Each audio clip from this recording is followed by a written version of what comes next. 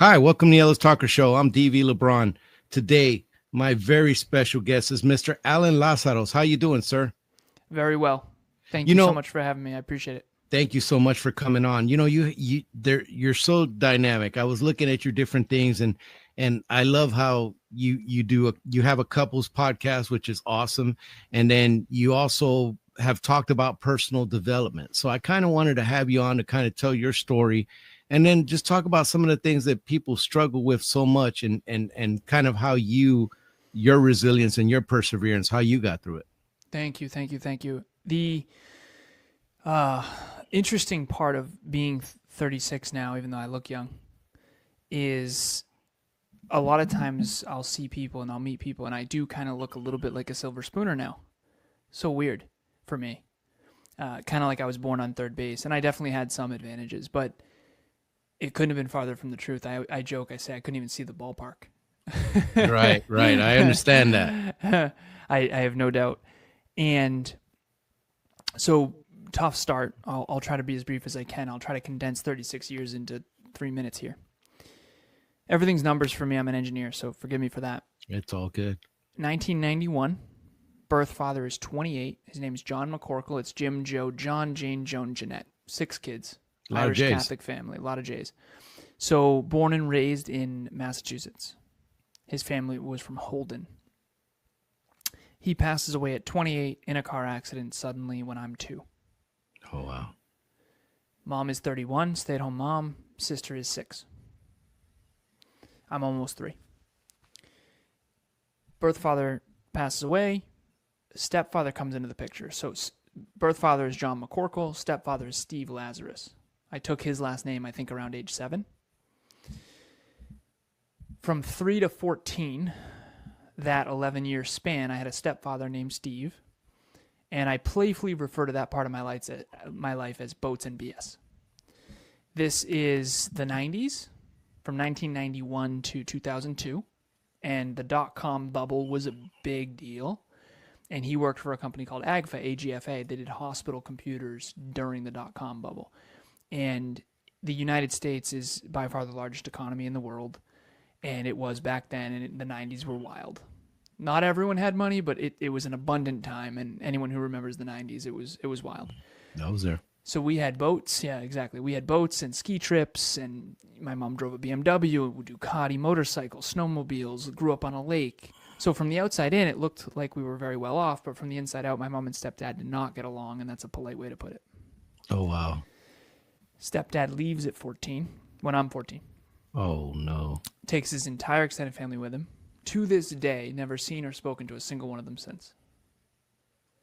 These are people that you got to know, like they got to be family. 100%. Oh, wow. And when we were trying to be the Lazaroses, we didn't really associate much with the McCorkles anymore. So my birth father's side, we didn't really connect with anymore. Same year, kid you not, sister moves out, mom gets in a fight with my Aunt Sandy, get ostracized from her side of the family. To this day, I'm 36, we've only seen or spoken to 2 human beings from her side. Oh, God. So by the time I'm 14, I've kind of lost 3 families. We reconnected a bit with the McCorkles, but it was never really the same. And so abandonment, 2 trauma responses. I didn't know this at the time. I'll be brief. The first one was fawn. So there's fight, flight, freeze, and fawn.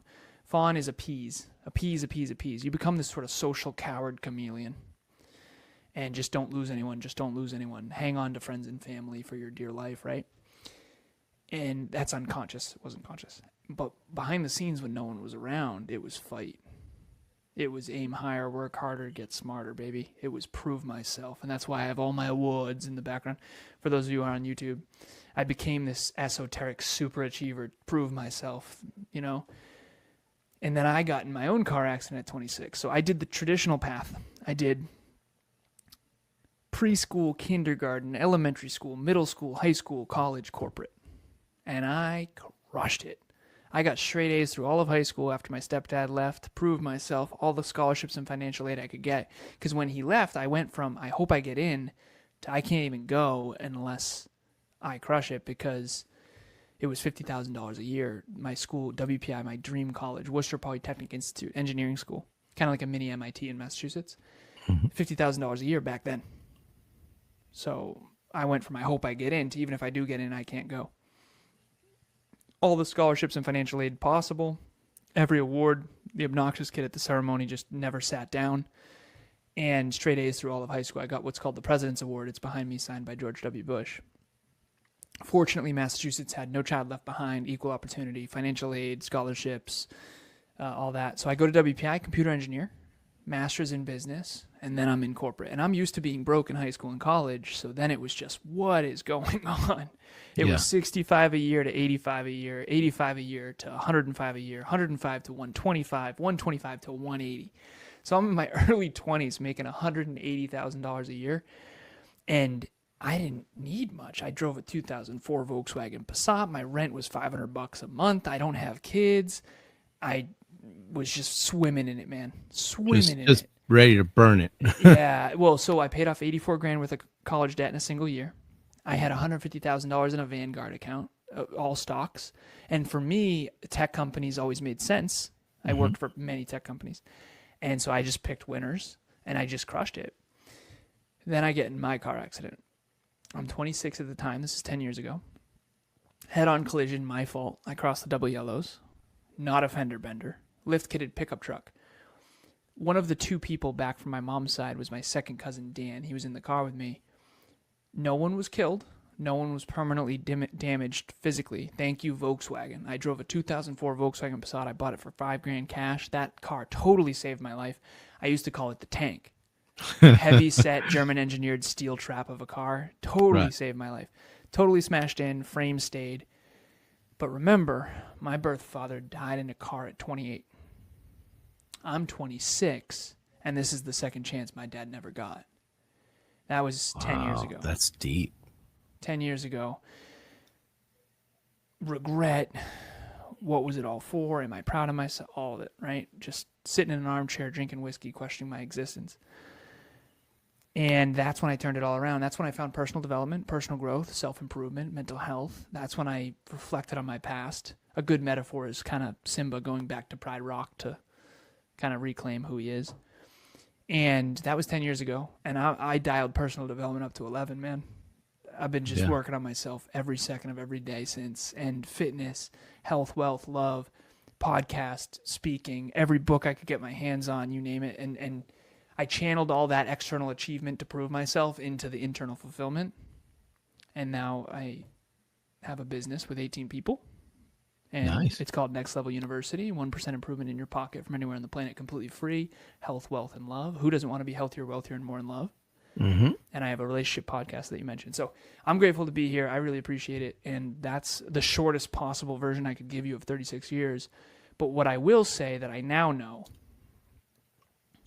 is that adversity was only my advantage because I had self-efficacy. And I've come to learn that because my therapist, Carol, she said, I actually think you're successful despite all of that, not because of it. I used to think it was because of it. It's like, that's why I'm so gritty. Because of the things, right? Yeah, because of the things. And now I realize I just had a lot of self-belief, man. And I didn't know that most people don't. It's a thing where people don't believe in themselves. How much did wanting to feel enough went into the beginning of that story? Like, you know, you had these losses in life, these losses in family, these losses, stepfather. And how much did, not feeling enough and wanting to be enough go into that journey? Well, I think, and I appreciate you asking, I have these sort of three core wounds that I've sort of boiled it down to. And the first one, there's three. One of them is defective, which means you have low belief in your ability to achieve, but you actually feel very loved. The second one is unlovable. And these are the people that they feel like they can achieve whatever they want externally, but they don't feel lovable. That's me. You're not really allowed to say this. I don't really struggle that much with my ability to achieve things. Success always came fairly easy to me. Mm-hmm. What never came easy was relationships. What the hell, right? I'm an engineer. You mean what's man. important? It's important. Relationships in life. That didn't come easy. No, not at all, man. I had an ex-girlfriend who said dating you is like dating a stairmaster. Whoa. Well, I'm always going, Yeah. right? Always. And now I'm dating another super achiever, so we're good. Yeah. Yeah. Now she's beating you out. She's bringing you up. Yeah, She's she's killing bringing. it. She's killing it. She's killing it. Well, I quite frankly, I haven't taken a full day off in 10 years since that car accident. And sometimes it's an hour a day, sometimes it's 14 hours a day, sometimes it's 18, but usually it's around 10. And I don't really want to. I build the self, build the family, build the business every day. And so that can be exhausting for some. But to answer your original question about not enoughness, I don't feel that at all. If anything, I feel like too much for people. But what I will say is I didn't feel lovable. My stepdad never wanted kids. He never cared about me, that's for sure. And so that was definitely something that drove me, for sure, unconsciously. Yeah. And what I realized is when people mistreat you, so if you have high self-belief and real self-belief, not the fake ego kind, people challenge you. They want to challenge it. They want to chop you down. They want to test if it's real. And I didn't know that self-belief and self-worth were two different things. I had high self-belief and low self-worth. Okay. Self-belief is my belief in my ability to build the castle. 10 out of 10. Right. Self-worth is I'm going to protect and honor the castle, and I'm not going to let my friends spill beer all over the carpets. Right. Yeah. And so you I didn't feel that. you didn't have self-worth in yourself. No, absolutely not. Self-respect was not even in my decision-making paradigm. Really? Now it is. Yeah. And how has that changed? Because you've always been successful and you haven't had any problems doing that. How has that, and you are the CEO of Next Level University. How has that brought you, into that next level? Now establishing these relationships, bringing that, self-worth into the equation. Talk to me about life when you started doing that. Emilia is the one. So almost 6 years ago, this October, Emilia and I met. Greatest gift of my life. She was the one who helped me understand that self-belief and self-worth are different. And I'll never forget the conversation. She said, self-belief and self-worth are different, right? And I was like, nope. She said, well, you have low self-worth but high self-belief. And I'm like, well, what do you mean? She said, well, your childhood made you feel like you're not worth shit, basically. And it's true. I mean, holy hell, right? Mm-hmm. And it's worse than that. I mean, I haven't been able to share the half of it, mm-hmm. Right? Yeah. And I'm not going to on a public medium. But there's something called an ACE score, adverse childhood experiences. And typically people with a high ACE score have an early mortality rate. So they die young, typically. Statistically, you can research this. And I was on my way to that car accident, right? I mean, for sure. Mm-hmm. And what I've come to understand now is that self-respect and self-esteem and self-worth and self-love are really important for the social world. And there's two worlds we all have to live in. And this is not me just talking. I have 20 clients from all over the world that I coach currently, but I've been coaching for 10 years. I just surpassed my 10,766th hour of coaching, training, and podcasting with people all over the world. And I'm not saying that to brag. I'm saying that so people know I'm not just talking. What I've come to understand is that there's the real world and there's the social world. And they are so freaking different. Absolutely. The best metaphor I have for this is the real world is the actual marriage. You mentioned you're married 27 years. Yes. The social world is the wedding photos. Oh, okay. Everybody's got good wedding photos. Not everyone has a great marriage. See Jeff Bezos. See Jeff Bezos. Yeah, exactly. So, but at the end of the day, the social world is about status and perception, and I don't know if I'm supposed to swear on this show. You're fine. You're fine. Horse shit. It's just horse shit. And I came to figure that out eventually. There's a lot of people who are very full of shit. And they're all about status and ego, and they drive a Ferrari, but they're broke. And I just can't with that shit. So the real world is about health, wealth, and love. And that's about driving a Toyota when you make, 180 grand a year, driving a Passat for $5,000. Like, that's real wealth. And so at the end of the day, I didn't realize how much the social world was hurting my self-worth. Definitely bullied. I mean, you think I look young now. Imagine me in high school, Yeah.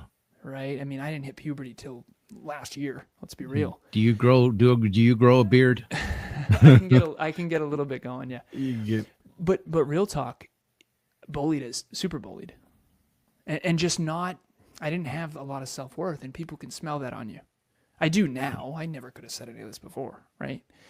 So I became this sort of social coward that was very mousy, and I would just chameleon and fit in, and people would mistreat me, and I wouldn't even notice. Mm. And now I realize self-efficacy is your belief in your ability to achieve things externally. That was always good. That's great. Most people have the opposite. They have low self-belief and inflated, entitled self-worth, particularly in the U.S. Because we have a lot of privilege going on. But I grew up around a lot of people who they were very they think they're amazing. Yeah. And it's unearned. A lot of them were very naturally It usually gifted. is. Yeah, It yeah, usually yeah. is. It usually is. But deep down they're actually insecure because they don't believe in themselves. And so Yeah. I always do this with people. I do this in my speeches. I say, everyone think of the obnoxious man that they know, and I typically say it's a man, Usually. usually, who just they seem level 10 confident. I call these puffer fish. They're not actually strong, but they have to pretend they are. I like that. Puffer fish. They seem level 10 confident, and everyone's like, "Oh, got one." Why would someone with level 10 self-belief have level 2 goals? Mm. It's not They're real. what they're not saying and what they're not, or what they're saying and what they're showing are two very different things, right? What they are doing and who they are behind the scenes is night and day different than who they really are. And actually, when you learn that and they bully you, you can shield bump them and they'll never bully you again. Yeah. Were you Because truly? they're actually weak deep down. Go ahead. Oh yeah. No, I'm sorry to interrupt. Do you think that you were living before you almost died? No, I'll give you two answers. I would say I wasn't fulfilled, Okay. but I was definitely. I'll share this with you. You read The 7 Habits of Highly Effective People? I've heard of it. Stephen Covey. Mhm. Yes, I've heard of it. In that book, he talks about paradigms, and paradigms is a fancy word for your deepest belief about the point of life. So Right. some people believe the point of life is faith. Some people believe it's family. Some people believe it's achievement. Two guesses which one mine is. Yeah. And do you choose it or do you uncover it or is it both? I don't know. But what I do know is my paradigm, I do know that you're born into one. So if I was born in China, I'd speak Chinese. If I'm born in Massachusetts, I'd speak English. So I was born into a pleasure-centered paradigm. My mom and stepdad believed unconsciously that life was about having as much fun as possible. And so they did. They had tons of fun. They ran amok. And the problem is, on the other side of drinking and partying is always shame and bad things. Would you Almost say? always. Would you say hedonistic? For sure. Yeah, fun and friends and partying was just such a focus for them. And that looks like a lot of fun on the surface, but beneath that is a lot of fights and a lot of shit. Mhm. I had a paradigm prior to my car accident, to answer your question, and this is only in hindsight. It was fun, friends, and achievement. Luckily, achievement was my top priority, unconsciously. So it was achievement first, friends second, fun third. And so naturally, and if you like the show Friends, by the way, it means you have a friend-centered paradigm. Notice how they're never working? Right. Yeah, there's no Yeah. achievers on that show. No. Right? So it's achievement, friends, and fun. And so I had a ton of friends. I had a ton of fun, and I achieved a ton. I worked for a company called Cognex. Work hard, play hard was their motto. I used to say work hard, play harder. Mm. Quit drinking 6 years ago. And I tried to quit drinking for the whole last decade. And it took me 5 years basically to quit. And it's been almost 6 years. And Congratulations, brother. thank you. Thank you. Life changing. Mm-hmm. But what I will say is my paradigm shifted after the car accident. And it shifted to growth, contribution, and meaning. And now everything I do is to help to reach my own unique potential and help others do the same. Everything else is secondary. Potential is my word. And I have that written up there, and everything I do and don't do is built on that. So fitness, personal development and business, coaching, training, podcasting are the vehicles, and potential's the word in the center. And I'm so much more fulfilled now. But yeah, I was living, man, too much, to be honest. I was partying hard, and I was achieving a ton, and I was making a lot of money, and I had friends on friends on friends on friends, and parties and parties and barbecues, and I brought my high school friends to college, my college friends to corporate. Yeah, it was too much, man. So yeah, I was living so much that it was negative. It was not constructive, in my opinion. No, at the points in my life where I was most chasing the feeling, chasing that kind of, I don't know, for lack of a better word, hedonism. When I was chasing that was when I was the most empty. Same. When I didn't have purpose. And it sounds like we both went through kind of a life-changing experience about 7 years ago for me. You know, for me, it was faith. For you, it was another thing, and that's fine. For me, I always tell people on the show, get there how you get there. If it's God, then it's God. If it's, self-help, fine, get there. Just don't quit. Just don't quit. Don't quit. Nice. I mean, because when you quit, there's no more opportunity after that. That's it. You quit. So for me, it was faith, and it sounds like, you filled it up in your certain way. You filled up your life and became fulfilled in a very different way, but you still got there. And that's a beautiful thing. And then you went ahead and this lady, which is a story that I hear often, and it's a story I can relate to. My woman, my wife, my love, the woman who's the greatest mother to my kids, just everything that she is. She makes me better. She's made me better. She has had a profound effect on me.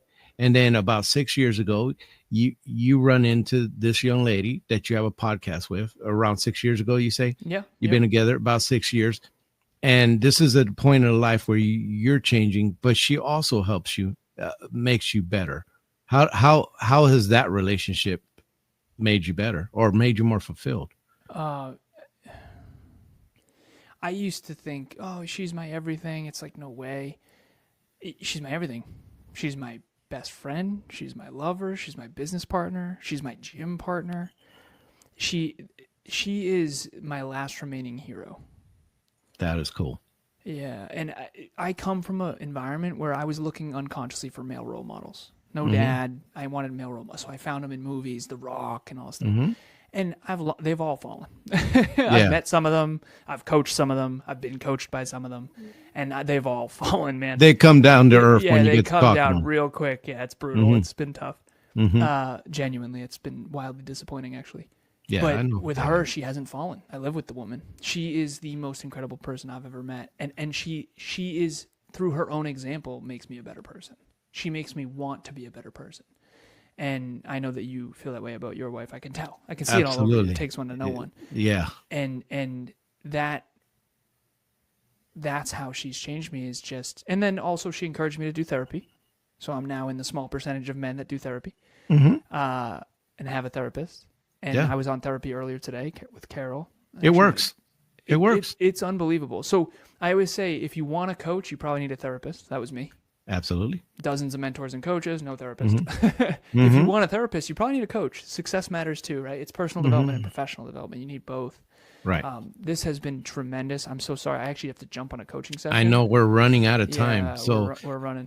But you know what? I'm really grateful that you came on the show, and I mean, I could speak to you for hours. So I hope you'll come on again, and we'll kind of continue this conversation. I definitely want to look into the couples thing, because that is a beautiful thing. And I think that relationships are disposable nowadays. And I love what you're doing with that podcast. But can you stick around real quick after the show? I know you got to go. Yeah, of course. Yep.